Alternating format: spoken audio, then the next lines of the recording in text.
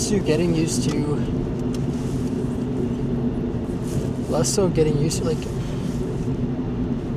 it's, if there's anything you want to just get better and just make it a routine, like, I mean, most people's lives, their routine is on script, or on script, like going along to get along, just following the herd, mass compliance, the crowd, etc. Just following what they're told. It's like people are unable to think. Most people, honest to God, they have no internal dialogue or like inner monologue with themselves. Just kind of go with the flow, hardly. And then if something goes wrong, it's like their boat. It's like they're not able to like steer course or change directions, etc. But I bring it up because all it takes to get good at the gym is just make it a routine. Like, whether you like it or not, it has to be done, right? If you can make doing things that you don't like into things that you start to like, I mean, it's even better when you start to see progress and see results. I mean, internally, why you're doing it. For me, it's like the opposite. I'm doing it, but then it's like I'm still gonna lose all the results at a faster rate than anyone else. It's like imagining saving money or like filling your cup with water and then there's a hole at the bottom of the cup. But whether it's going to the gym or getting good at something or like even like creating content, it's hard at first, but it's like if you don't start, you don't start. It's where it's not about where or when to take the first bite, but rather just taking that first bite.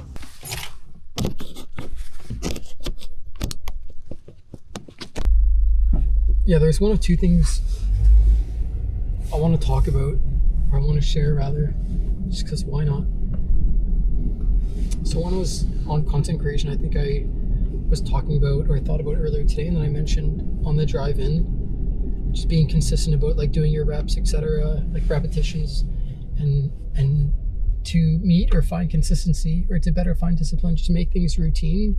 That way they become habitual, and then it just becomes part of your system, which I was saying, for most people that's like working a job, which is why working a job takes like no thinking. It's expected. You just show up, you do your hours, you get paid. It's like it's existence without existing. Of which is getting replaced, it's a dying system. I'm sure it existed for like the last century or 100 years or less, let's say. But like that's all falling apart now. I mean, at full scale, at least in the West. So that was one topic. And another topic I was thinking about is and then also too, like on the future of like content creation and why we create content.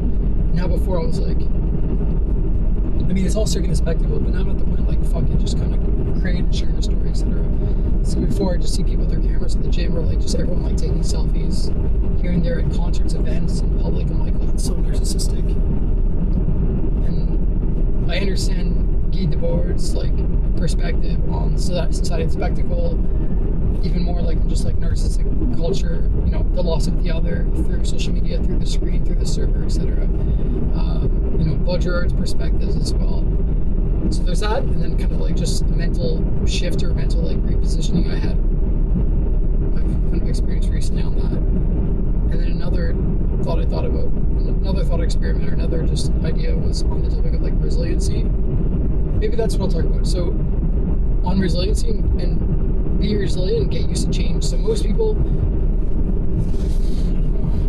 we can talk about like just carry-ins or just change in general, but that's not as focused on what I'm thinking. It's good to be not necessarily like indifferent, but resilient in the sense of,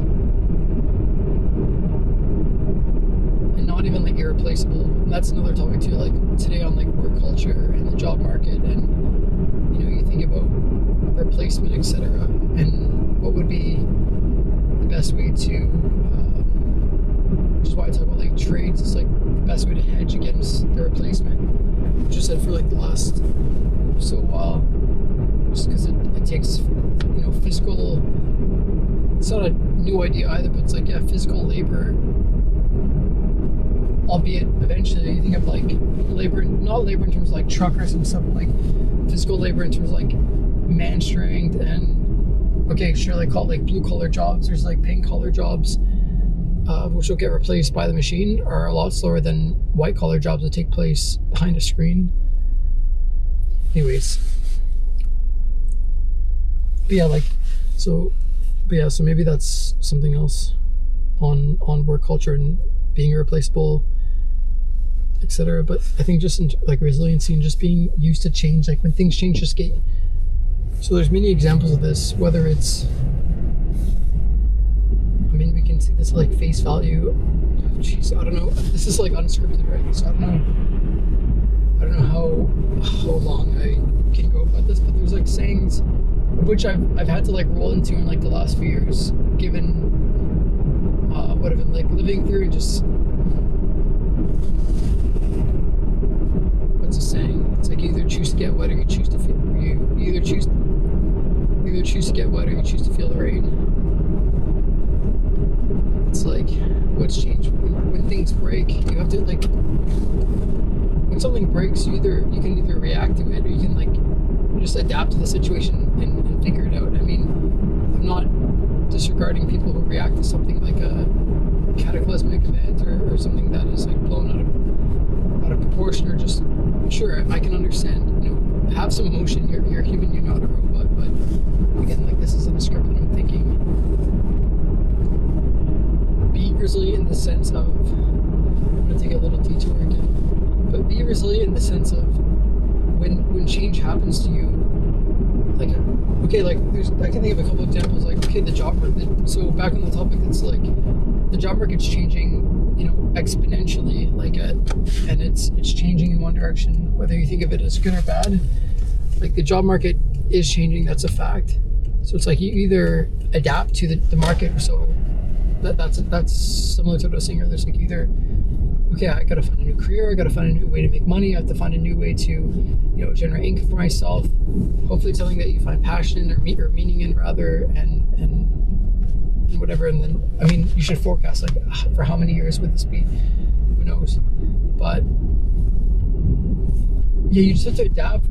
Dude, change is expected, and that's the beauty of life. If stuff was scripted or stuff was expected, then what beauty is there in that? And that's why some people are just kind of fit in their box or fit in their system, etc. So when change does happen, they're kind of like taken off course, where it's like, oh, what do I do now? Or whether they're in panic or whether they're in, it's like they almost like can't imagine their life going otherwise. And I can understand. It's like, yeah, you planned it out, you expected a certain way, you're told it would be a certain way, etc.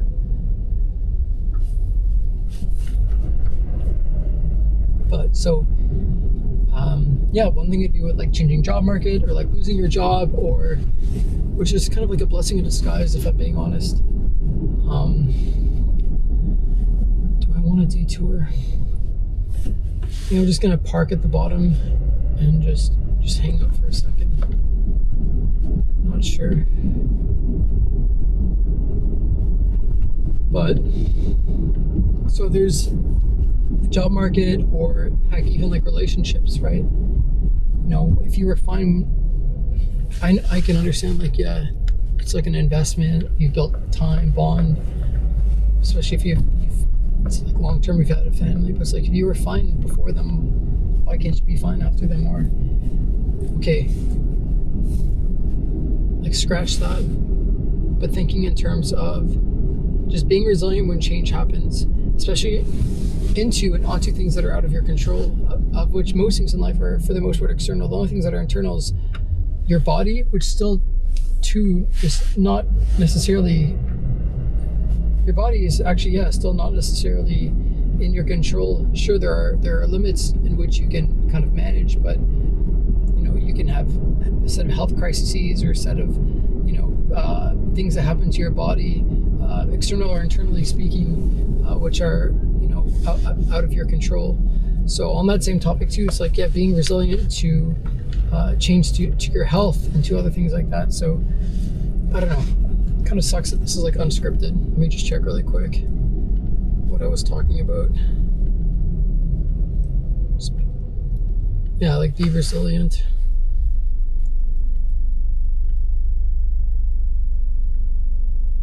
I think I was saying like most stuff just doesn't matter. You know, people don't move off center, like don't get knocked off center.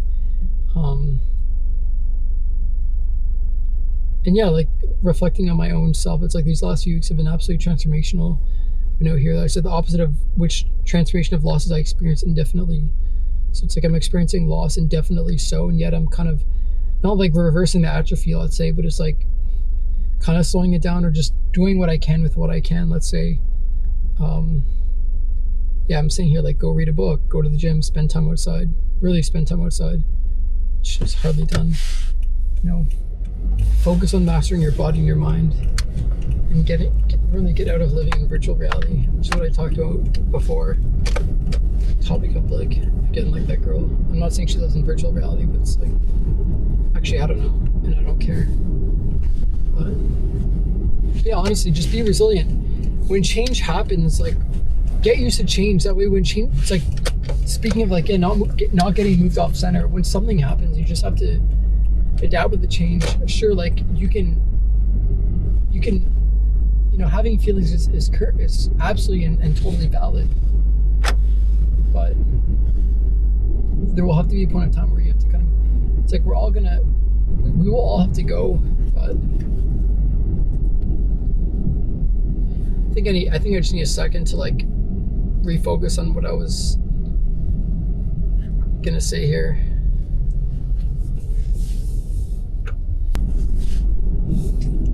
Look at some nice houses. Honestly, nice in the sense that, like, they're not nice. I mean, as an architect, I'm saying they're not nice. I'm not saying that people that live there, they don't appreciate their home or like they don't have a nice home. Like a home, it's nice to have a home.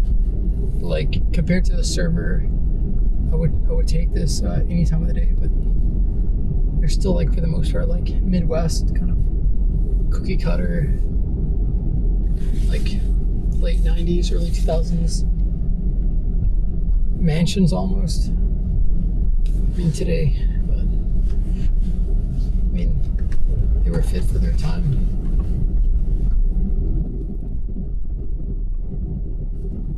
Yeah, it's really just like focusing on what you can control. So I don't know, maybe I'm gonna cut this up and short it up a ton.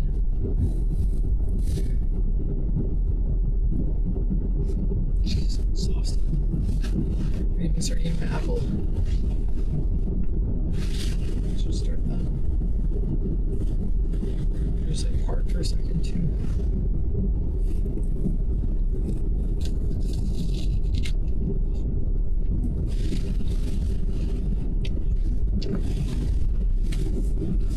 Amazing.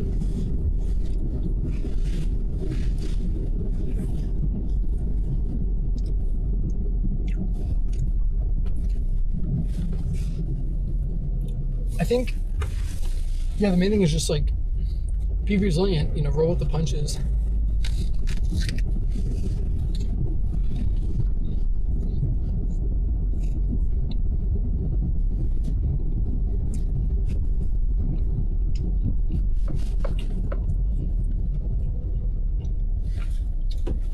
You know, this is not to say I don't get bothered, but honestly, for the last 3-ish years, like I generally speaking, like, I don't know why I can't be saying this now. Watch, God forbid something happens, but I don't know why. Yeah, like, okay, last week I got moved off center a bit with this girl or whatever, but outside of that,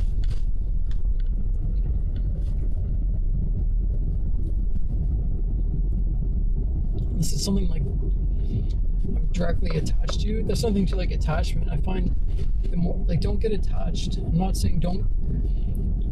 There's ways to build healthy attachments to things, but there's also ways in which, for the most part, in our consumer society, you know, through materialism, consumer culture, we build a lot of unhealthy attachments to things.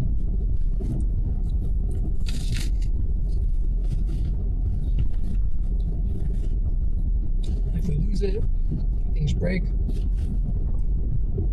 whatever. You can understand there's like sentimental bonds in the things we own or the things we use, whether it's an item like a toy you had a close bond with or something, or a tool. That's it. So I'm going to read this safely.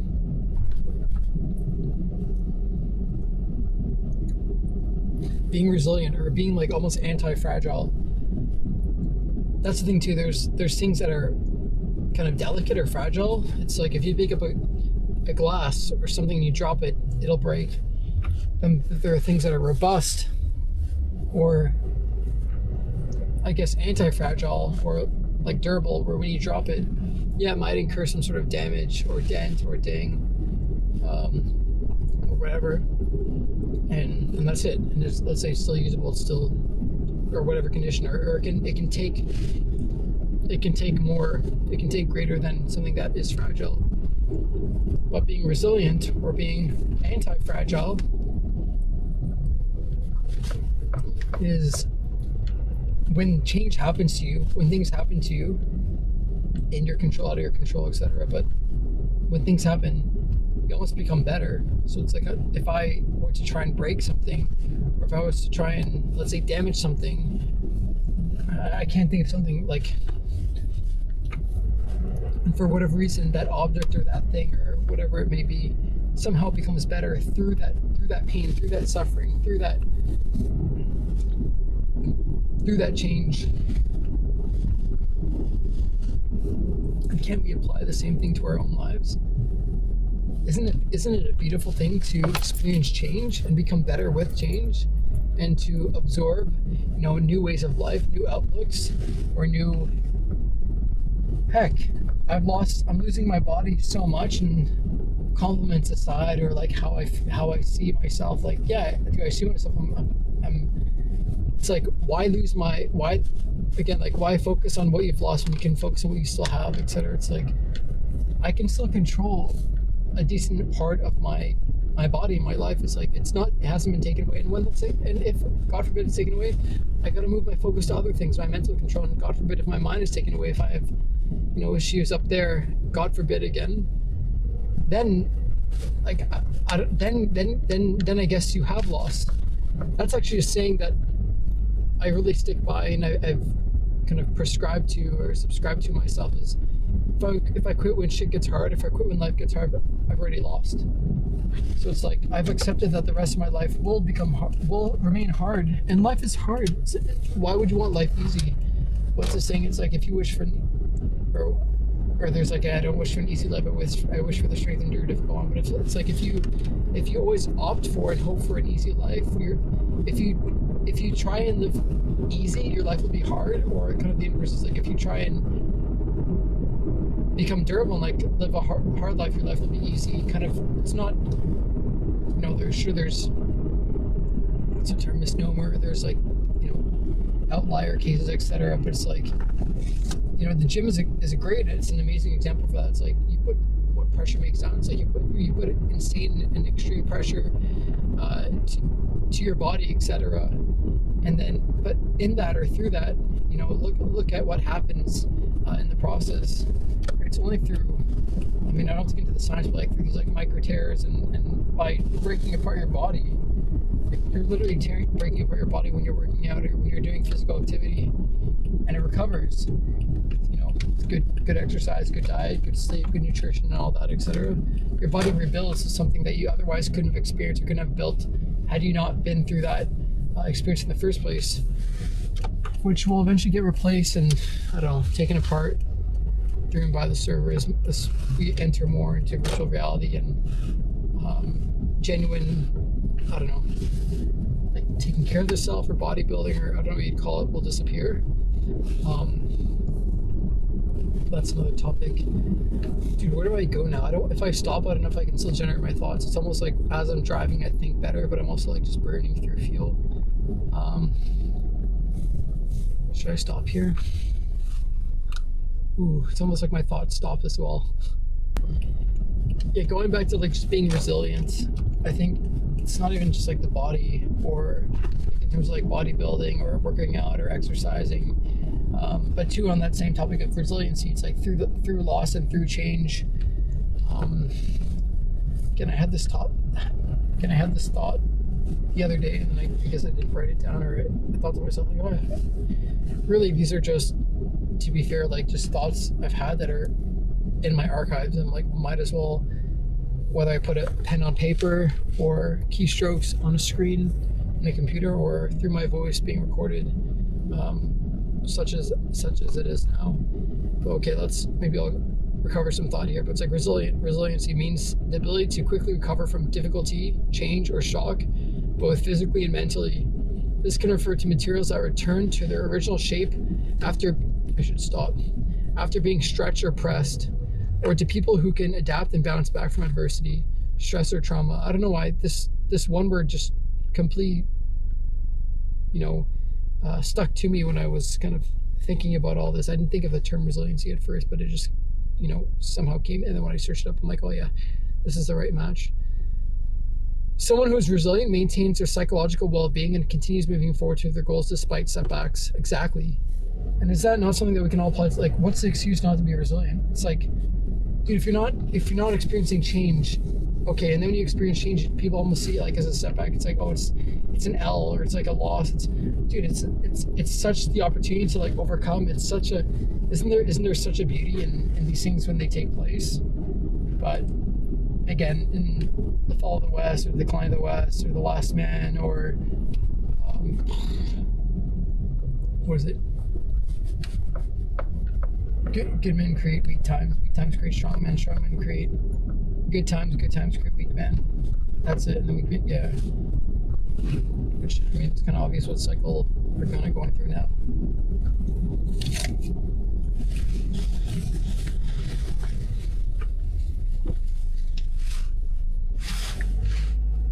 So maybe I'll leave it at that until I can, better gather my thoughts or continue this later on. Because we're all gonna, wherever this video goes, wherever I go, it's like change will happen can happen to any of us. It will happen. You're bound to experience change at one point in time or another. So by preparing yourself or readying yourself to change, by becoming resilient, by being resilient, etc. And not being indifferent per se, but yeah, like maybe being indifferent to change and becoming anti-fragile. You almost like look forward to bad things, quote unquote bad things, when they happen, of which I don't even think it's bad. It's like, is it really a bad thing? It's like, or can you say it is neither good or bad, it just is?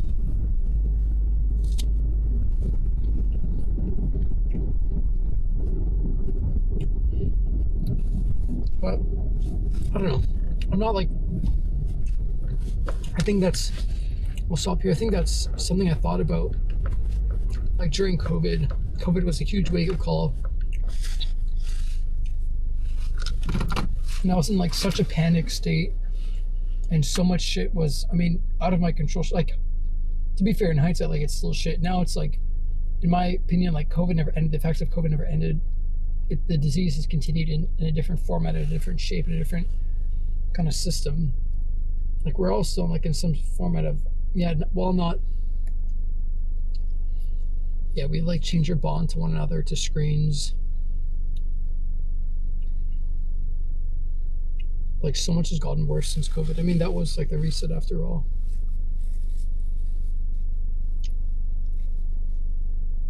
But it's like, I think I've got the thought now. It's like, I've accepted the times for it. It's like, things are so fucking shit. Everything is so shit, honestly. Like, I don't know, I'm not panicking. Yeah, at the back of my mind, there's a fucking kick in my ass. Like, I gotta figure my shit out. Whether it's finding a job just over a broke job or something, of which hardly none to begin with. I'm just like, kind of here, I think it's like, I'm kind of happy shit isn't working out, because it's forcing me to find other alternative avenues. Because if shit was working out, I'd have a job by now. I'd just be kind of in the system, slaving. Maybe things would return back to how they were like pre-COVID or something, or during COVID, like when things were like work from home. But it's like, that's not happening. I just lost my thought again now. Like, damn. I think I was saying to myself, like, everything's so shit. I've accepted stuff for how it is. I'm just like living my life through it. Like, living, sure, like within reason kind of thing, but like doing as much as I can while I can. Health aside, it's like, dude, everything's so shit. It's like my health is worse now than it was during COVID. Society's in a worse state. The economy's in a worse state. Like everything that comes with like mass migration, like trust, social cohesion, national sovereignty, identity, what do you call it? Like nationalism, or what's that? There's a book by Yukio Mishima. I can't remember it now, but like patriotism, etc. That's all out the window. It can't take place when everyone's so desensitized behind the screen, behind their servers. Everyone's absolutely screened out, and then it's made worse through like greater levels of like alienation and loneliness that is pushed down our throats through mass migration. And what happens is when that takes place, you experience a huge communication breakdown. And it's great for the people in power, because what happens is no one can actively communicate or do anything about anything. And then the people in power, or whatever you want to call it, like the bureaucracy, the plutocracy, the elites, or whatever, the government, it's by design. Then they can take advantage because everyone's so divided, and everyone's like, so what do? We just further retreat back into our screens, back into our servers, because it's like, I don't want to deal with it. I just want to be a bystander. My life's so shit already. Inflation, cost of living, can't find work, or I have work. It's like, I just want to. And when you have all this huge and absolute sense of meaninglessness, you just want to return back to consumption, consume more shit, of which is actually still material. It's not hyper-real yet. I think in the future things will become more hyper-real, so people will be actually consuming non-material goods, etc., through greater levels of like subscriptions, and when UBI comes in, you won't even be exchanging your money. You'll be exchanging money is an exchange of time, so you exchange your time to get money, and then you exchange your money to get back these said objects, these said materials. So when you no longer have to work a job, or when you can't work a job or whatever, then you're going to get UBI. So then you're going to trade your UBI tokens back to the server to get your subscription, of which I don't know if it's going to feed you in the real. So like a food subscription, grocery subscription. I mean, if you still have the body, sure. But if it gets to this like matrix point where like bodies are just kind of withheld in this kind of like server, almost like a server block, like literally you're just like data in a fucking hive mind or something, whatever. And then your soul's uploaded to like a digital server, and then you kind of exist in that digital server, and then we're just going to be like all mass control. Like life is just going to be totally, it's going to get into like a lot of other stuff that I like to talk about, or like to research, or like to, that's how it's going. There's, just map it out, whether I'm still around or not. But yeah, so anyways, back to resiliency. I think that's what it was. I'm like, yo, shit's so fucked. So I'm turning 30. I'm not working. Don't have a lot of savings because I've been just living. I haven't been working. I haven't worked a full time, aside from a little gig I did this year, full time sorta, which made me actually pretty good money if I'm being honest. But it's like unhealthy work. It's like still architecture. But like last time I actually worked full time was in 2021 actually. So like for the last 4 years I was in university, did a co-op, I TA'd. Then again, I worked this year. I've done some freelance stuff on the side, but it's like I haven't had a stable income. Yeah, I haven't had a really stable income since, again, sure, like for a few months this year, but I was getting destroyed, and then I would have had to relocate somewhere anyways.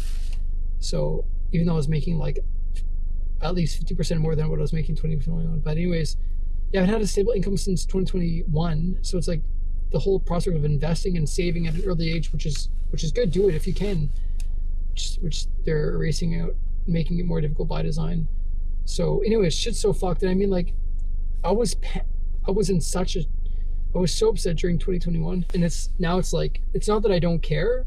It's like, yeah, you need to like focus on what you do care about, etc. But it's like, dude, everything is so fucking shit now, where it's like, and so much of it is out of my control. It's like my health is worse now, as I said, the economy is worse now, all these things are worse now. But it's like, just live through it. And it's like, you become so happy through it. Not in the nihilistic sense, like, oh, everything's fucking doomed. You become like black pill, coke pill, or whatever people say. It's like, no, man, just, you fucking live through it. It's like, find ways to still travel, find, there's still good people there. There's still communities there. We haven't actually been totally screened out and put fully in the server, etc. Sure, like, I think, yeah, like, again, by design, relationships, families, everything's getting more and more cooked. The economy, of which also disrupts the whole prospect of having a family, etc., etc., etc.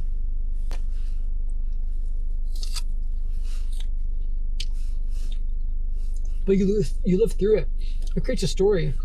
I think creating this content now allows me in a way to speak and voice myself that I otherwise wouldn't say I'm in a panic state, but like I'm just like jotting this down in my like my notepad at home with my journal, or like my, it's not really a journal, but like my journal's on my phone again, more stuff is outsourced to digital, but like my sketchbooks or like where I take notes, etc.